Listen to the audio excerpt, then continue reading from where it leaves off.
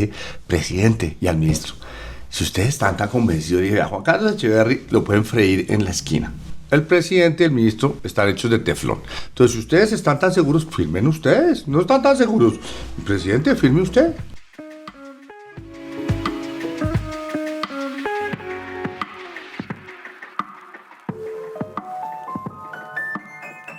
Doctor Juan Carlos Echeverry, gracias por venir a Los Protagonistas aquí a la casa. Exministro de Hacienda, expresidente de Ecopetrol, explaneación nacional, ex 6am, tiene todos los ex y hoy presidente del Banco de Bogotá. Así es, Gustavo. Primero, muy honrado, feliz de volver a ver a mi jefe. Estuvimos, qué sé yo, 7 años yo creo juntos. Sí, claro, largo y época de Darío también. Todas las mañanas. Yo le tengo que contar una anécdota. ¿Qué pasó? Cuando Darío me llamó y me dice lo de 6am, yo dije, uy, no, levantarme todos los días y tener que decir algo todos los días. Algo inteligente. Entonces, por supuesto que hice lo mismo que usted haría, le pregunté a mi esposa. Entonces mi esposa me dice, tú tienes una opinión sobre cada cosa y te gusta hablar. Yo creo que a ti eso te va a funcionar. 7 años después. Pero sabe que eso también cuadra ese consejo cuando usted decidió ser precandidato presidencial del conservatismo, creo, de los godos. Sí. Su mujer también le dijo, tú tienes muchas cosas que decir y lánzate a la política o no. No, a mi esposa le da urticaria a la política. De hecho, yo alguna vez había querido ser candidato a la alcaldía y empecé campaña. Y la reacción de mi esposa fue tan visceral, tan poco pensada, sino simplemente no podía aquí dije no. Yo le dije, tú eres un pasivo político, o sea, tú simplemente eres una carga, y no me metí, o sea, dije, no, esto se complicó aquí. La verdad no fue solo eso, pero eso pesó mucho. En ese momento salió la posibilidad de ser ministro de Hacienda, entonces dije, bueno, me cambio de carril, pero esta vez, más que ella me dio, fue su apoyo. Ella me dijo, yo sé que no le gusta política, pero dijo, bueno, tú tienes que hacer eso, crees que tienes que hacerlo, ahí vamos. Y bueno, hay que chulearlo, mejor dicho. Pues sí, ahora, no es esposa de político, ni yo soy político, ni ella es esposa de político, claro. Y eso se nota, ¿no? Entonces, el apoyo era, además mi esposa es muy, yo le digo que ella no habla español, sino sarcástico, ella habla en sarcástico. Entonces, por ejemplo, yo estaba... esto fue en 2022, pospandemia, yo dejé la familia viviendo afuera, entonces a veces tenía encuentros en Zoom. Mis gafas son estas, que cuando yo miro la cámara, miro así, porque no se ve bien, miro la pantalla, miro así. Mi esposa me decía, no, sales muy bien en tus presentaciones. Entonces, con una esposa tan apoyadora en el tema político. Ella es economista también. Es economista, trabaja en el Banco Mundial, en la Corporación Financiera Internacional. Trabajó en Washington, que fue la razón por la cual nos fuimos para Washington. Sí. Y la pasaron a México, y estábamos viviendo en México hasta hace un mes que yo me vine a la presidencia del Banco de Bogotá. ¿Cuándo fue la primera vez que usted se acuerda que tuvo noción de lo que era el dinero? De para qué servía, que se emocionó con un billete, con un ahorro. ¿Quieres saber la historia? Sí. Mi papá y mi mamá se separaron. Uh-huh. Yo tenía 10 años. Yo tenía 9 años, 10 años. Yo era el séptimo de 7. Soy el séptimo de 7. Todos mis hermanos se metieron a trabajar. Todos estaban en la universidad y todos se metieron a trabajar porque pues, en la casa no había plata. Claro. Y yo vi eso y dije, caramba, que hay que meterse a trabajar. Entonces, un hermano mío tenía una fábrica. Siempre fue industrial, tengo una fábrica de cauchos. Uh-huh. Se llama Gustavo. Y le dije, Gustavo, usted me da trabajo, yo tenía 10 años. Me dijo, sí, vaya, Palo Quemado, ahí cerca, a 2 cuadras de la plaza de Palo Quemado, en la zona industrial. Yo salía de la 45 con 30, que es mi casa, hacia el colegio, almorzaba, a la 1:20 almorzaba, a las 2 me montaba en un 2. ¿Ese era el Champañado? ¿Qué colegio era? Champañado. Sí, sí, claro. Yo bajaba los caminando. Los bartolinos peleábamos con los del Champañado. Sí, nos dábamos en la jeta a veces. Exactamente, ahí nos encontramos en el Parque del Brasil. Sí, señor. En el Teusaquillo. Y subía caminando 9 cuadras y trabajaba por las tardes. Entonces, medio salario mínimo me pagaron 160 pesos. Me acuerdo, el primer salario a los 10 años me pagaron. Yo llegué a la casa y cogí la mitad, como hacían todos mis hermanos. Cogí la mitad y se la di a mi mamá. Entonces, lágrimas. No, yo no le puedo aceptar esa plata. Y dije, si aquí le aceptan la plata a todo el mundo, a mi plata también la aceptan. ¿Y usted era el más chiquito? Yo era el más chiquito, yo tenía 10 años. Entonces, esa fue la primera vez que yo me gané una plata y la primera vez que yo pasaba por una vitrina, me acuerdo de la zona industrial, había esas ventas de bodega y había un suéter blanco con raya, como de tenis, con raya roja y azul. Y yo pasaba siempre subiendo. Como un Arturage, una cosa de esas. Sí, de esos que tienen como... No, y yo decía, ese suéter tiene que ser mío. Y bueno, me pagaba el primer sueldo, pucha, me fui. Yo creo que no me lo puse nunca. Pero el placer de comprarme ese bendito suéter. Entonces, esa fue la primera... Yo desde los 10 años, primero he trabajado. Y entonces yo me acostumbré a trabajar y a saber lo que es trabajar. Y segundo, pues me he ganado mi propia plata. Es decir, usted no es una persona muy cercana al escenario de los subsidios. Usted cree más en el trabajo. No, en absoluto, no, en absoluto. Ahora, recibí subsidios. Cuando entré a los Andes, no había con qué pagar y Cetex me dio un crédito y era un crédito subsidiado. Y yo le tengo una gratitud a Cetex. Todavía lo digo ahora en el Banco de la República, en el Banco de Bogotá, digo, ¿cuánto valor produjo para mí ese crédito? Para ilustrarle en qué negocio estamos en el Banco de Bogotá, yo le digo a mi gente, ya he hablado con, no sé, yo con unas 2.000 personas, yo les regalo a ellos una tarjeta. A ver. Que es esta tarjeta. Muestre a ver. Venga, yo se la muestro a la cámara. ¿Dónde es? Allá. Valor. Acá. El cambio en el cliente creado por nosotros. Steve Jobs. Colaboración. Mi equipo importa más que mi jugada. Solución. Oye, está buena esta tarjeta. Sí, esto fíjese que esto lo imprimí con mi plata, no con plata del Banco de Bogotá. Godita, ¿no? Tarjeta azul. Es que azul es el color del banco. Ah, será algo. Entonces yo le digo a la gente, vea. ¿Va a quedar con esta? Claro, ¿cuál es el valor que creamos con un crédito? Yo digo, ¿qué valor? Yo le pregunto, Gustavo, ¿qué valor creó para mí Cetex? Cambiar la vida. Hoy claro. Me sigue creando valor. Hoy soy presidente del Banco de Bogotá o fui presidente de Ecopetrol. Gracias a eso. Claro. Entonces, el valor de o el valor de una casa. El primer crédito que me dio a mí, con el que compré casa, me dio el Banco de Bogotá, curiosamente. Entonces, yo le digo a la gente, y bueno, y eso me permitió después comprar otra, qué sé yo. Digamos, esa se valorizó, la vendí. Es un viaje de 20 años que empieza con un crédito del Banco de Bogotá. Entonces, un crédito no es un café o no es un helado. Un crédito es un valor que puede durar produciendo valor 20 o 30 años. Es muy distinto a ponerle a usted cada quincena una plata para que usted no trabaje y reciba su plata y se eche las petacas. Muy como distinto. Hemos visto en algunos escenarios. Es que nosotros hemos entendido en el mundo, la verdad eso no es solo Colombia, pero en Colombia, que el país como que le salió a deber a una gente. Como yo le digo, yo vengo de una familia que todos hemos trabajado, todos hemos pagado la universidad. Hubo mucho también de transporte en su familia, ¿cierto? Sí, claro. Su hermano Gonzalo. Mi hermano Gonzalo tiene una empresa de transporte muy buena, muy grande, pero es un tipo hecho a pulso.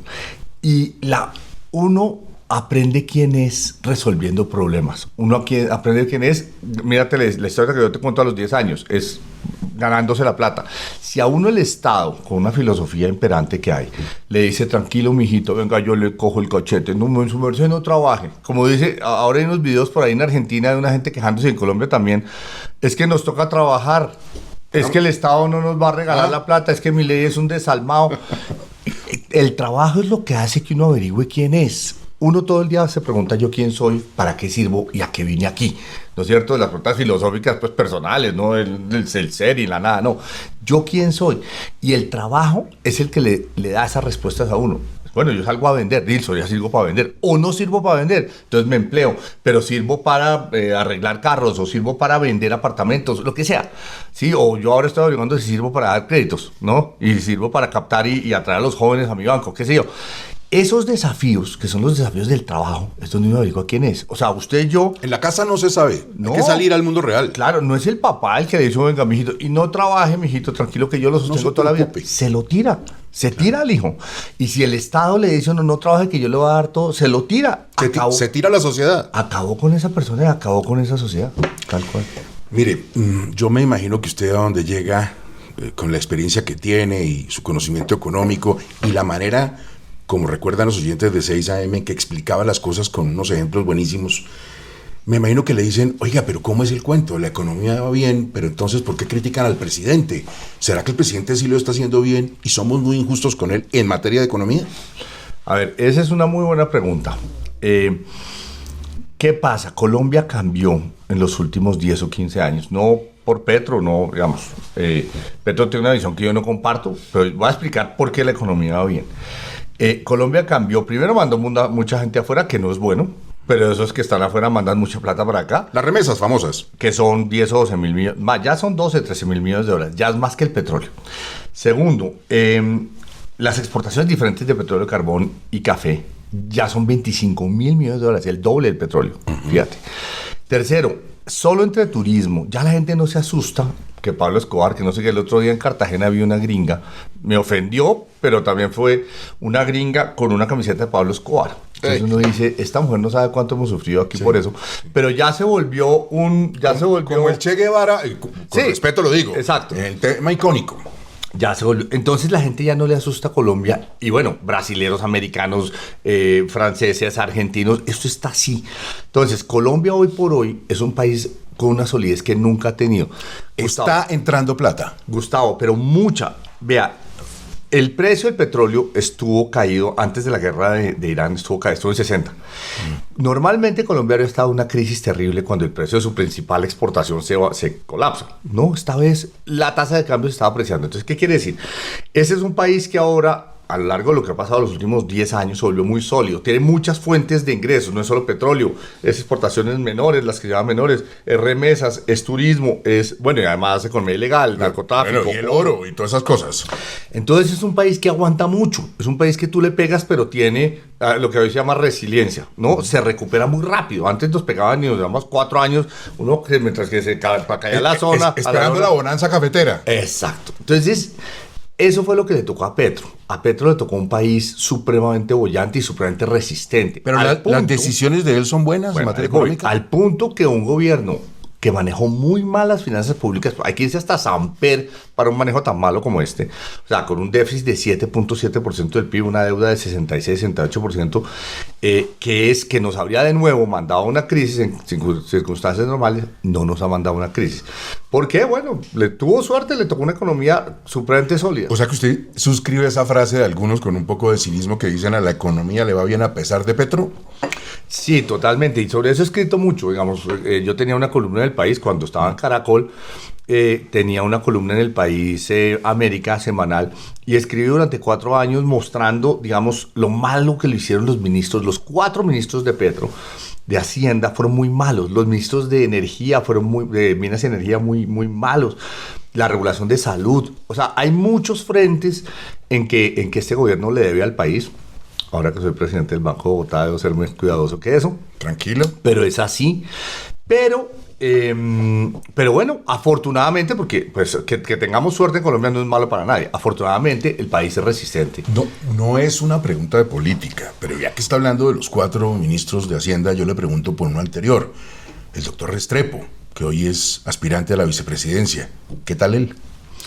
Pues el doctor Restrepo salvó una situación muy delicada que le tocó a Alberto Carrasquilla. Alberto hizo una cosa que era muy responsable, que era pasar una reforma tributaria para pagar el hueco del COVID. ¿Se acuerda? El COVID tuvo un hueco fiscal. Alberto pasó una reforma tributaria y en Caracol, usted y yo me acuerdo, yo dije, Alberto está haciendo lo correcto, pero es inoportuno. Es que uno tiene que ser oportuno, tiene que ser relevante y oportuno. Y les dio munición. Sí, entonces Alberto fue relevante, pero fue inoportuno, y se lo dije yo. Es más, le escribí, Alberto, no puedes subirle los impuestos a las familias y bajárselos a las empresas después del COVID. Me acuerdo. La gente está saliendo herida del COVID y le sube los impuestos y se los baja a las empresas. Eso sí es despertar al tigre. Y el tigre se despertó. Perdón, bueno, yo sé que el tigre ahora tiene otra connotación. El león, llamémoslo así. Pero de todas maneras, felino. Sí, y bueno, de hecho lo despertó Petro. Petro fue el que aprovechó, pues, con oportunismo político y olfato político. Sí, porque todo fue calculado, ¿no? Obvio. Armó, pues, junto con una cosa que se presentó muy espontánea, pero que era menos espontánea de lo que parecía, lo que se llamó el estallido social, y se cayó Alberto Carrasquilla. ¿Qué vamos a hacer? Llegó el ministro Restrepo, José Manuel, pasó una reforma, digamos, muy pragmática. Sí. Dejó, y todo hay que decirlo, y espero que él lo entienda, dejó algo que no fue bueno, en lo que criticamos mucho a Petro, pero fue culpa de ellos, de Duque y de José Manuel, que fue los subsidios del diésel, de la CPM y de la gasolina. Y ese karma le quedó a Petro. Sí, ahora, uno le puede quedar un karma, pero el 7 de agosto, el día que empieza, ese día lo acaba. Porque ahí se le fue el gobierno a Petro. ¿No es cierto? 90 billones de pesos regalaron a los dueños de camiones y a los dueños de camionetas de alta gama. 90 billones. Con eso se habría pagado todo el problema de salud, todo el problema de la energía. Bueno, no se habrían necesitado reformas tributarias, Gustavo. Imagínese. Entonces, digamos, hay que decirlo, ese fue una herencia, ese fue una manzana envenenada, pero Petro la mordió, entonces ambos tienen ahí la culpa. Ahora que usted me hace todo el recuento de la plata que está entrando a Colombia, hace muchas comparaciones con que casi lo que produce el petróleo o más de lo que de producción de petróleo. Entonces, ¿no necesitamos petróleo? No, sí necesitamos petróleo. Uno necesita todo. Yo le hago una pregunta. Usted con su mujer, Sí, en esta casa tan bonita, esta biblioteca tan a la orden. hermosa y bien organizada. Sí, mire, está usted. Ave María. Tercera edición. Mostrémosle a los. Vea, ahí está. Ya que estamos hablando de petróleo. Sí. Si usted le dijera a Gustavo, oiga, viene un primo, un amigo suyo, yo le digo, oiga, Gustavo, hagamos un negocio. Sí. Y el negocio es buenísimo. Ya lleva 5 años, qué sé yo, es un negociazo. Y le digo, métase con el 10%. Usted lo habla con su mujer y me dice, no, ¿sabe qué? Es que yo no quiero hacer eso. Y tiene la plata y puede hacerlo, digamos. Un país le pasa igual. Un país tiene este negocio que es el petróleo. No todos los países tienen petróleo. Sí. O sea, Perú casi no tiene petróleo. Chile no tiene petróleo, tiene cobre. Pero nosotros no tenemos cobre, pero tenemos petróleo. Pregunta, el petróleo, uno no puede odiar en economía nada. Ni el tomate, ni la sal, ni el petróleo. Uno necesita tomate, necesita sal. Y gas y todo. Y casas, y carros, y todo. Así es una economía sofisticada. No, el petróleo no lo sacrifica ni Arabia Saudita, ni Rusia, ni China, ni Estados Unidos, ni Noruega. ¿Y por qué tuvimos que hacerlo nosotros? Exacto. Entonces ahí viene una filosofía que es una filosofía fracasista, que es, a alguna gente le va bien en política si a la economía le va mal. ¿No es cierto? Entonces, ahí viene el sacrificio del petróleo, el sacrificio de la minería. Le doy el siguiente ejemplo. Hoy hay una mina que está por hacerse de cobre en Jericó, Antioquia, un sitio hermoso. Y en este caso son muchos antioqueños que dicen, hombre, ese es el sitio de recreo nuestro, una mina ahí no nos gusta, pero esa mina va a ser sería la primera de un gran potencial de cobre. Fíjese dónde está Perú por el cobre, 30.000 millones de dólares, o sea, el doble o el triple. Chile también. No, pues Chile 60.000 millones de dólares de exportaciones de Chile de cobre. Chile y Perú viven del cobre. Nosotros tenemos un potencial no tan grande como el de ellos, pero pueden ser 10.000 millones, 15.000 millones de dólares, puede ser tan grande como el petróleo, bueno, y no contamina. Entonces, ¿por qué debemos dejar ir al cobre? No, ni al petróleo, no. Y si aquí llega a haber metales raros, tampoco. Como tampoco la agricultura y el turismo. Tenemos que hacer todo, porque además somos un país pobre. Entonces, la filosofía antiminera y antipetrolera es muy nociva y me parece a mí que lo que ha afectado es la mente de los jóvenes. Claro. Hemos generado una mala pedagogía. Y todo es minería. Todo es minería. Estas gafas son Todo, minería. desodorante, todo. Reloj. Sí, el reloj, todo. su celular. La gente dice, qué terrible la minería, y está escribiendo eso en un computador Claro. que depende de la minería, por un satélite que depende de la minería, que baja a unos receptores, que depende de la minería. Todo lo que vemos es minería. Hay un libro muy bueno, se lo recomiendo a la gente, que lo escribió McKinsey ahora, que se llama, lo estoy leyendo en este momento, el siglo de la abundancia, A Century of Plenty se llama. Y dice, hace los cálculos de si tenemos toda la minería y los recursos naturales y para alimentar 12.000 millones de personas al final de este siglo. Fascinante. Dice sí, pero hay uno lee eso y dice, la minería, como la agricultura, como el transporte, es fundamental. Bien hecha. Estoy respondiendo legal. muy largo, ¿no? No, está perfecto. Vea, sobre ese asunto me queda una duda también que la gente a veces se plantea. Yo escuché ayer o anteayer a la presidenta Sheinbaum de México ya como moderando un poco la posición frente al fracking.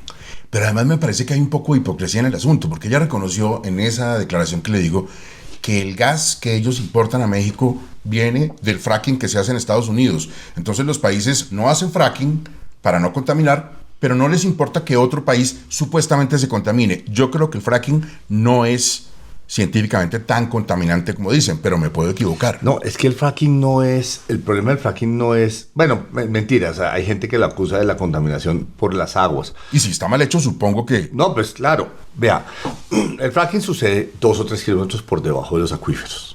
Los acuíferos que usamos están a 100 metros, 200 metros, o que se usan, digamos, en el Magdalena Medio, por ejemplo, y el fracking está 2 kilómetros abajo. Es simplemente una técnica que, ojo, ya se usa hace 60 años en Colombia. Simplemente se satanizó y voy al caso de Claudia Sheinbaum en México. Oiga lo siguiente, México, buena parte del gas que tiene es importado de Texas, Ajá. que se saca con fracking, como usted dijo. ¿Qué pasa si un día, como ahorita? Allá también tenemos operación nosotros, Colombia. Sí, claro, exacto, tenemos con Oxy en el Permian. ¿Qué pasa si un día el señor Trump dice, ¿sabe qué? Los mexicanos y la señora Sheinbaum no nos está ayudando, cierre la llave del tubo. Como le pasó a Europa, Claro, con Rusia. con el gas. Cierre la llave. Como no son autosuficientes, tienen que arrodillarse. Exacto. México, un país muy rico en petróleo, muy rico en gas, pero que lo está dejando en el subsuelo. Ya Claudio Sheinbaum dijo, yo no me puedo exponer a esto. Vamos a sacar esto. Le dijo, es con fracking. Dijo, pues no, órale. Sí, ¿qué crees? Vamos a hacer fracking. No hay de otra. Entonces, yo estuve en esa discusión, yo estaba viviendo en México y tenía una relación con Pemex y tenía una relación con la industria petrolera en México, ahora que estaba allá. Y nos tocó eso. Y fíjate cómo es la política. Ella dijo, vamos a hacer fracking, pero fracking del bueno. Pero es un bonito giro político. Sí, claro. Ahora, es una salida. Sí, pero está bien. Sí. Entonces, no, en Colombia hay un inmenso potencial. De nuevo, Gustavo, su pregunta. Tenemos que hacer todos los negocios que necesitemos porque somos un país pobre y porque estamos en una competencia con Brasil, con Argentina, con Alemania, con todo el mundo. No podemos dejar negocios sin hacer. ¿Sufre con las noticias de cómo se maneja hoy Ecopetrol? Uy, no, bueno. Yo siento, ¿sabe qué? Yo siento que nosotros pintamos un Picasso, vinieron y le echaron brocha gorda, ¿sí? Así, y empezaron a pintar un mamarracho. Ahora, Ecopetrol yo lo conozco bien. Digamos, esto tiene 287 páginas.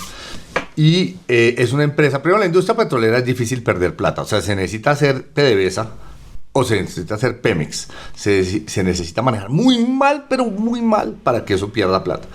Ecopetrol, además, es una empresa que tiene unos resortes muy grandes. Yo estoy seguro que si tú la manejas bien, 6 meses sale volando. Entonces, pero sí, no ha sido un periodo agradable. Hay cosas que nos persiguen toda la vida y que hay que explicar siempre. Voy a plantearle un par de esas cosas.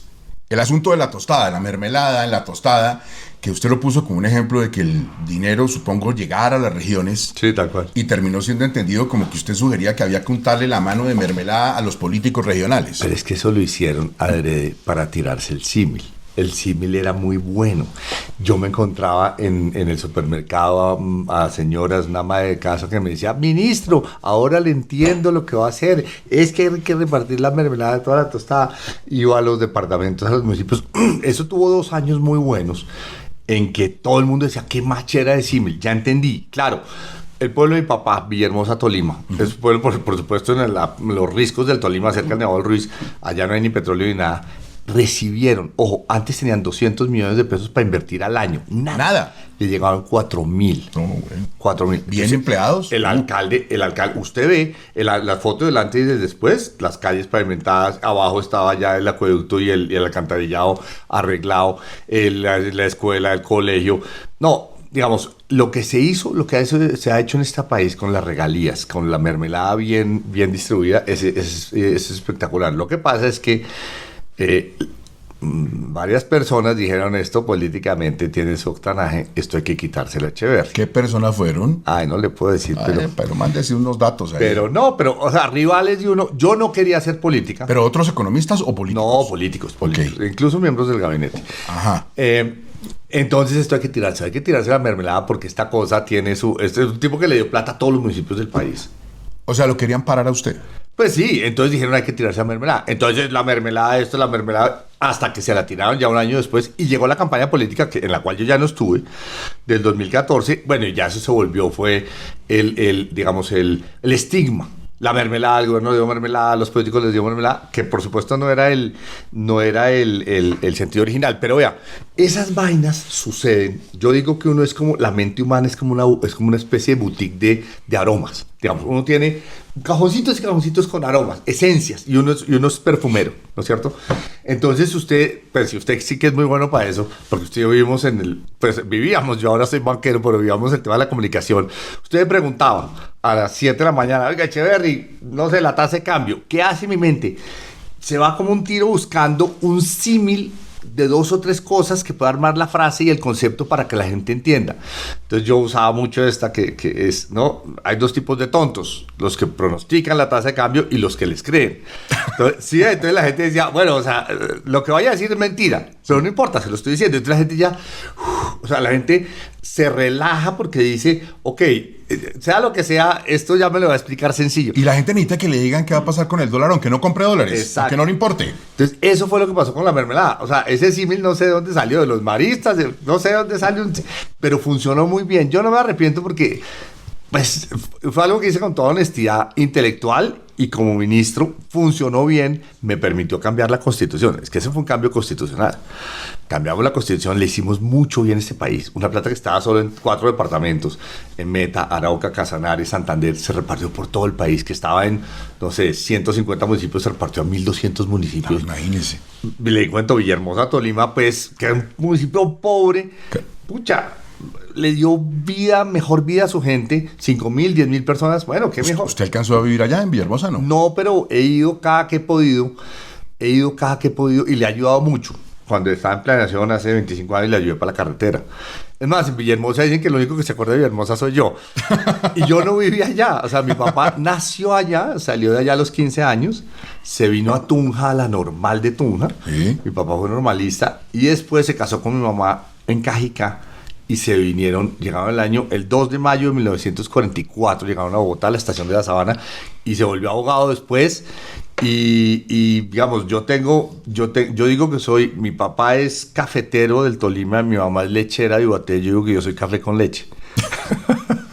Tiene su Cundinamarca. Exacto. Tiene bueno, otro de los grandes misterios de la humanidad. Si es verdad lo de manotazo por Reficar, que decían en alguna época que usted se puso bravo, que se había disparado el costo de Reficar, o eso es cuento. No, eso es verdad. Yo ya me he calmado, pero yo era como decía Santos, es que usted es muy volado, de chispa cortica. Eso, Gustavo, me ha salvado de muchas cosas en la vida. Porque hay muchas situaciones, y estando en el gobierno, más en que uno le toca, oiga, como decir, uy, o sea, respete, ¿no? La gente abusa mucho. Que le van cogiendo a uno el... Sí, la gente abusa mucho y la reacción ese de escapar o pelear, la reacción de pelear a veces sirve mucho, que es, o sea, cada loro en su estaca, ¿no? Entonces, esa vez estábamos en la Junta de Ecopetrol y llegaron los de Reficar, estaban digamos, los primeros 2 años de construcción y llegaron a pedir... Habían pedido $200 millones hacía un mes o 2 meses. $200 millones. O sea, fíjate. Y de pronto llegan 2 meses después a pedir $1.000 millones. Yo me paré. Yo le dije a Roberto Steiner, que estaba al lado, le dije, yo me voy porque nuestras madres me sacan de quicio. Y cogí los papeles. Yo era ministro de Hacienda. Y Roberto Steiner me dice, no, quédese que usted es el que da estas peleas. Entonces yo cogí los papeles. Cuento largo, corto, yo me molesté mucho con los que estaban presentando, que eran los ejecutivos. Pero de pronto dije, ¿sabe qué? Y ya lo dije en tono mayor, yo dije, yo estoy muy molesto, yo me salgo. Y entonces me dice el presidente de Reficar, que no voy a mencionar su nombre, pero me dice, es que a mí lo que me molesta es tu tono. Bueno, ahí sí ya me puse, y dije, o sea, a usted no le molestan los $1.200 millones, le molesta son mis decibeles. Y entonces ahí fue que pasó eso. Entonces le dije, ¿sabe qué? Sépalo. Y le pegué un palmajón a la mesa. Le dije, sépalo que tengo más decibeles que eso. Y entonces le pegué una taqueada. Eso, 4 años después, sí, eso lo hice espontáneamente porque, ¿no? Y yo, ¿no? 4 años después, en la Fiscalía y en la Procuraduría y en la Contraloría, yo tenía la grabación. ¿No es cierto? Entonces me dijeron, vea, aquel que defendió lo correcto. ¿Les recuerdo este episodio histórico? En su momento, que salió en los medios, fui yo, este pechito. Aquí está grabado. Eso lo blindó. Ah, ¿sí ve? Entonces, cada vez, yo me acuerdo una anécdota con un presidente que me decían, firme eso, Echeverry, firme eso. Me acuerdo que le dije, presidente, y al ministro, si ustedes están tan convencidos, dije, a Juan Carlos Echeverry lo pueden freír en la esquina. El presidente y el ministro están hechos de teflón. Entonces, si ustedes están tan seguros, firmen ustedes. No están tan seguros. Presidente, firme usted. Pero retadorcito. No, pues es que o firmaba él o firmaba yo. No firmó ninguno. A los 6 meses, me dice el presidente, oiga, Echeverry, nos salvó, carajo. Ah, Si ves, entonces a uno, digamos, uno tiene que ser mal geniado. Mi esposa me ha molestado y mis amigos me han regañado mucho a través de los años y te juro que hago un esfuerzo muy grande. Pues ya no tanto. Usted ya. lo que es boleado. Sí, yo soy boleado, pero me ha salvado de muchas cosas. O sea, el carácter. Yo digo que uno es dos cosas en la vida. Criterio, que es saber lo que está bien y saber lo que está mal. Y carácter, que es escoger lo que está bien. ¿De acuerdo? Porque hay mucha gente que sabe lo que está bien y está mal y escoge lo que está mal. Mucha gente, ¿no es cierto? Uno necesita ambas. Criterio, que es la cabeza para decir lo que está bien es esto, y el carácter es decir, y yo me voy por aquí. Y aquí hay mucha gente que quiere que uno haga lo que está mal. Y uno tiene que pelear con esa gente. Y eso necesita saber uno dónde está parado. Entonces, digamos, yo en retrospectiva, yo tengo 63 años. En retrospectiva, yo no me arrepiento, obviamente no tenga que subir el tono. De hecho, llamé a ese señor y le pedí disculpas. Al otro día le dije, oiga, qué pena por el tono, pero en el contenido me mantengo. Ya está jubilado. Sí, estoy jubilado. Pensionado, pues. Pensionado, sí. Yo no, yo como muchos de mi generación, a unos años de pensionarme, estoy muy preocupado con lo que puede pasar con las pensiones. ¿Qué va a pasar? Pues que nosotros hicimos un contrato, nosotros no, nuestros papás, realmente, porque eso empieza en los 60, 50, 60, hicieron un contrato leonino, digamos que en el que se hicieron pagar unas pensiones excesivas entre el 60 y el 90. Ahí estaban trabajando. Sí. Contribuían 1 y les iban a devolver 10. Claro, cuando se pensionaran. Montaron un sistema que no pegaba. Ojo, los alemanes en el 67 vinieron y escribieron un documento y dijeron, vea, aquí tienen que subir las contribuciones cada año, ¿sí? Y o tienen se van que a totear. bajar los beneficios, o si no se van a totear. Nadie lo hizo. Curiosamente, modestia aparte, en el gobierno Pastrana llegó el tema de pensiones. Yo vi que se han subido el hueco que lo cubre el gobierno. Se ha cuadruplicado. Y dije, ¿esto cómo fue? Estudiamos bien el tema de pensiones. Está publicado en un libro que se llama Las claves del futuro, que escribí yo con la gente de planeación. Pasamos la reforma pensional en primer debate. Se nos colgó porque Angelino Garzón, gran tipo, que era el ministro de Trabajo, era con el freno de mano. Llegó el gobierno Uribe y pasó la reforma, y pasó otra, y se arreglaron las pensiones. Bajamos de un hueco, bajamos a la mitad del hueco. Digo bajamos porque yo me siento artífice de esa reforma. Lo aprobó ya el gobierno Uribe. Bajamos a la mitad del hueco, o sea, en el año 2002, 2004, 2005, se arregló el problema pensional. De ahí hasta hoy, otra vez, Gustavo, usted se preocupa y yo me preocupo, porque han ampliado el hueco. Todos estos ministros, algunos ministros irresponsables, especialmente este gobierno, volvieron a ampliar el hueco y bueno. Y menos gente cotizando, además. Exacto, y cada vez tenemos más gatos y menos niños, y más perros y menos niños. Es decir, el próximo presidente, sea quien sea, va a tener que subirle edad.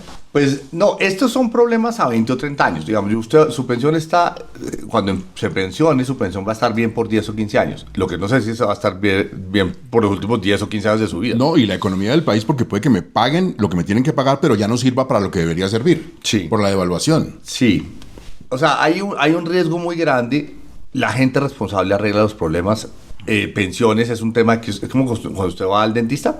Las pensiones, cuando usted le tocan con la fresa, le tocan el nervio, que usted le coge el brazo al dentista. Así es, cada que usted lleva una reforma pensional, el país se pone así, porque pues yo ya soy pensionado, somos millones de personas que estamos recibiendo la pensión. Es un regalo injusto, pero quíteselo a los pensionados, quíteselo. Es un derecho. Por eso, ojo, y los jueces, todos se van a pensionar. Y meter todo en la misma canasta, es decir, que toda la pensión quede en el Estado, como este gobierno propone, ¿no es un riesgo también? Pues... ¿O está bien? No, eso no está bien en el sentido de que... Es que todo tiene largo y ancho, es un problema bien complejo. No está bien en el sentido de que el sistema que se creó en el gobierno Gaviria era usted recibe lo que usted ahorra en una cuenta individual. Eso... suena muy bien, pero al final usted recibía muy poquita plata. Y también se asumen pérdidas. Fue lo que le pasó a los chilenos, ¿no es cierto? Entonces los chilenos también se devolvieron y dijeron, una vez me pensiono no recibo nada. Y los que se pensionan con el Estado, aquí con Colpensiones, reciben un montón, pues porque es el contrato leonino.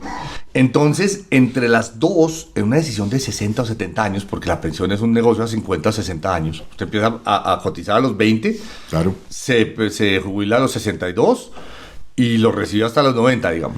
O sea, son 70 años. Es el único contrato en la economía. Comprar una casa es un negocio a 15 o 30 años. La pensión es un negocio a 70 años. En el que usted además dice, yo llevo 30 años cotizando, no me cambie las reglas del juego, papá. Si hicieron mal los números, pues problema suyo, pero es que era un contrato. Yo firmé un contrato con el Estado. Entonces, por eso le digo, es un tema muy profundo, muy complejo. ¿Qué le preocupa del país a usted? Mejor dicho, es que todo es la economía imbécil, es la economía estúpido. Todo es economía. El problema de la salud es un problema económico. Todo. Los ministros de salud tienen que saber es de economía. ¿Qué le preocupa? Me imagino que usted a la gente le dicen, ¿y cómo estás viendo la vaina? ¿Cómo la estás viendo? Vea, lo que más me preocupa, usted sabe que yo estudio filosofía, y yo creo que todo es filosofía. De hecho, creo que manejar una empresa realmente es un problema filosófico.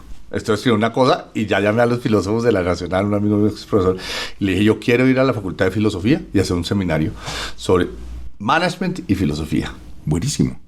Bueno, ¿qué me preocupa filosóficamente? ¿Sabe qué? La pedagogía. ¿Por qué? Porque estamos enseñando a este país, le estamos dando una pedagogía que uno se puede tirar el sistema de salud y no importa. Que uno se puede tirar el sistema eléctrico y no importa. Que uno se puede tirar el petróleo y el gas y no importa. Que uno se puede tirar las pensiones y no importa. Y hay miles de jóvenes y miles de padres de familia que dicen, ¿sabe qué? Si alguien va a pagar por eso. Esa pedagogía es lo realmente complicado. ¿Por qué? Si usted quiere arreglar el tema de salud, vea, pues yo estuve ministro, yo llamaba cada mes al ministro Santamaría y le decía, a mí no se me va a quebrar el sistema de salud. Dígame qué necesita. Dígame qué necesita. O sea, no me salga a mí dentro de un año de que se me quebró el sistema. Si hoy sabe, entonces yo estaba pendiente.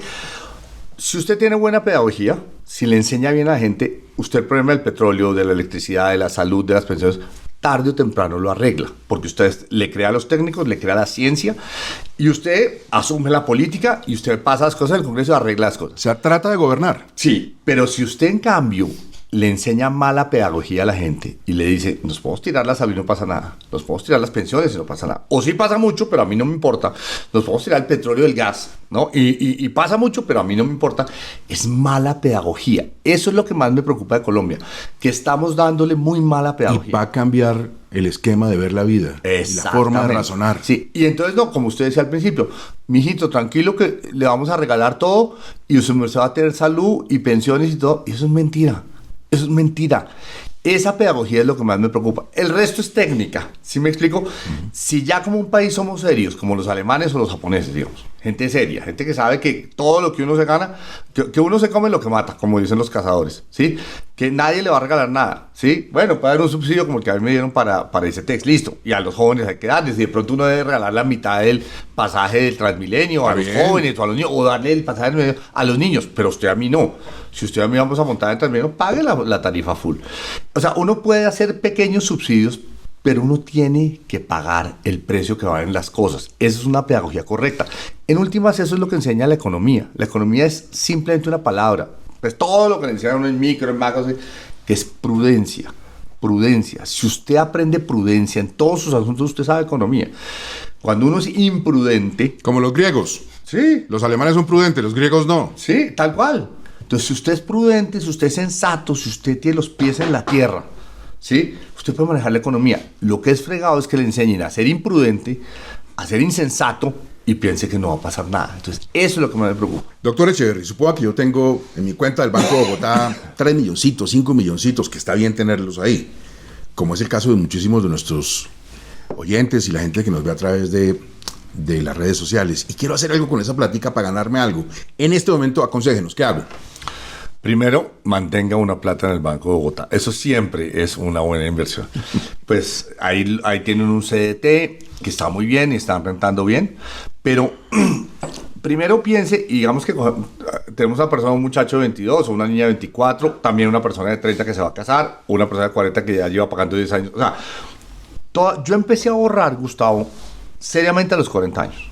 Muy tarde. Muy tarde, muy tarde. Pero ¿qué he hecho desde entonces? Esa plata que usted tiene, esos 5 millones de pesos en el Banco Bogotá, realmente cada año van a ser, usted puede ahorrar, no sé, digamos 10 o 15, digamos que ahorre 1 millón de pesos al mes o 500,000 pesos al mes. Sí. Mi hermano mayor tiene una frase, Gabriel, que era ahorra o nunca. Y a mí me encanta, ¿sí? Primero es la disciplina del ahorro. Segundo, ese ahorro sirve en la medida en que lo inviertas bien. E invertir bien es simplemente no poner todos los huevos en la misma canasta.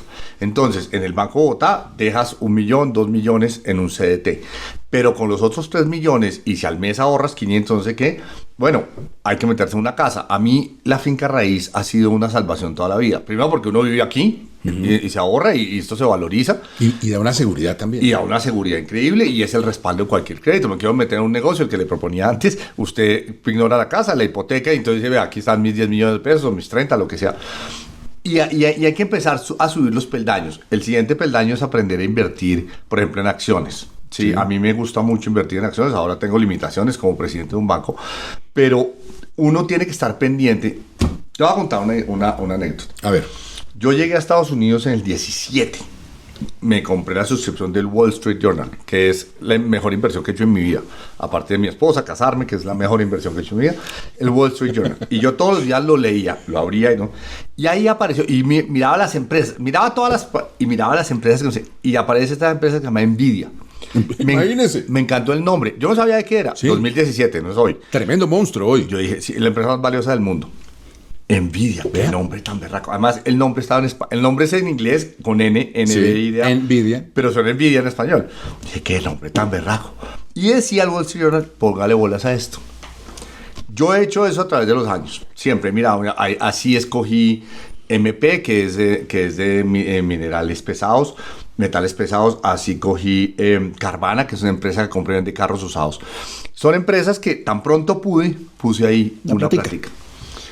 Bueno, Nvidia la pude comprar 2 años después del 19. Del 19 hasta hoy, pues hay que mirar solo la gráfica. Entonces, la economía hace por uno cosas que solo la economía puede hacer. O sea, si tú pones una plata en CDT, que si la necesitan 6 meses, ahí está. Y ya se sabe cuánto es. Una plata en la casa, una plata con un negocio. A mí mis sobrinos son los que hoy oiga tío, no sé qué, esta cosa, no sé qué. Sí, y uno dice, bueno... Entonces diversificas, no pones todos los huevos en la misma canasta, sino 5 o 6 huevitos en diferentes sitios. Eso es, y ahorrar. Ahorra o nunca. Ahorre y aprende a invertir. Ojo, uno aprende dándose totazos. Si la gente dice, no, yo voy a invertir, pero solo en lo que es seguro. No, hay que invertir en lo que es inseguro.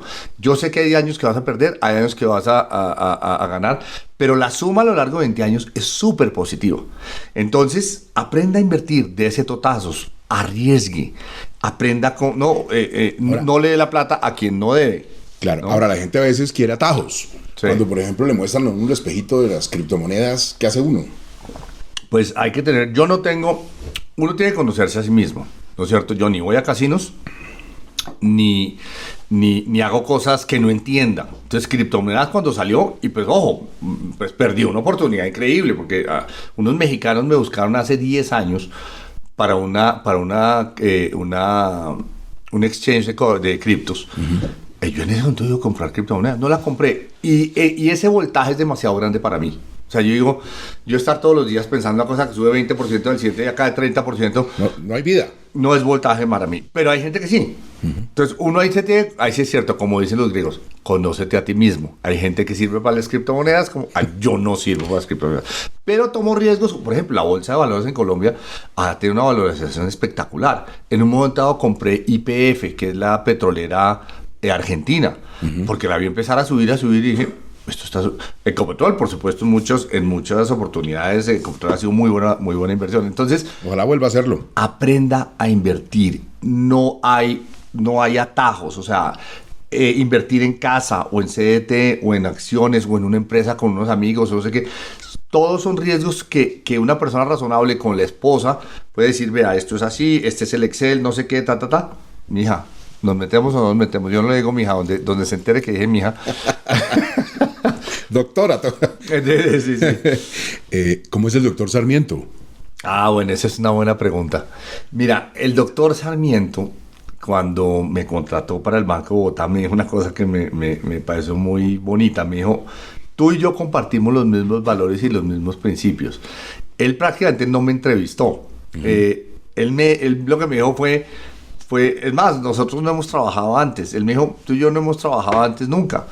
Pero él conocía lo que hicimos en Ecopetrol. Curiosamente, te voy a contar una anécdota que no había contado nunca. Yo cuando acabé de Reficar, que es además el cuarto capítulo de este libro, se llama Reficar, porque había que explicarle a este país qué fue ese proyecto. Es un proyecto de 170 canchas de fútbol. Monstruoso. Absolutamente descomunal.